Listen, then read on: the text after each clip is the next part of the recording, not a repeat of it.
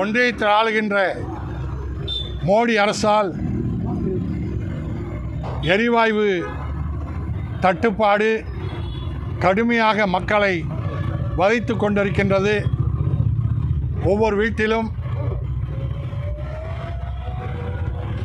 அடுப்பு அணைகின்ற நிலை மோடி ஆட்சியில் ஏற்பட்டிருக்கின்றது. கள்ள மௌனமாக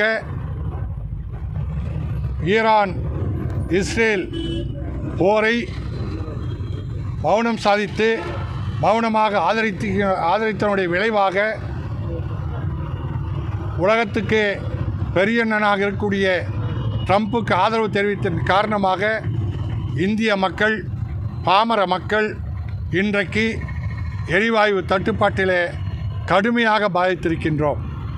இது மோடி அரசுக்கு கையாளாக தனத்தால் திட்டமிட்ட பொருளாதார கொள்கை இல்லாத காரணத்தால் இஸ்ரேல் ஈரான் போரிலே இஸ்ரேலையும் ட்ரம்பையும் ஆதரித்தனுடைய விளைவாக இந்திய மக்களும் சேர்ந்து வதைபடுகின்ற நிலை ஏற்பட்டிருக்கின்றது.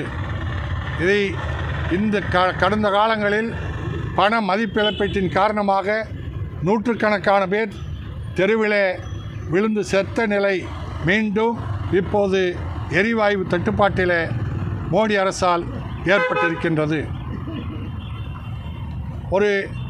தன்னை ஒரு 56 இன்ச் காவலாளியாக சவுதியார் என்றெல்லாம் சொல்லிக்கொண்டு ஒரு வாட்ச்மேனை போல இந்தியாவை வல்லரசாக மாற்றியிடம் சொல்லிவிட்டு இந்திய எல்லைக்குள்ளே வந்து ஈரான் கப்பல் மீது அமெரிக்க ஏவுகணை தாக்குதல் நடத்தக்கூடிய அளவுக்கு இந்திய கடல் எல்லைகள் பாதுகாப்பற்ற நிலை ஏற்பட்டிருக்கின்றது.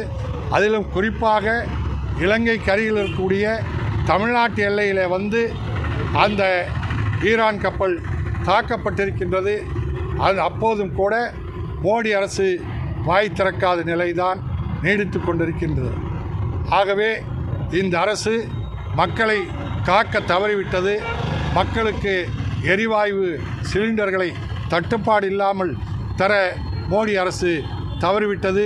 ஆகவே இந்த அரசு உடனடியாக பதவி விலக வேண்டும்.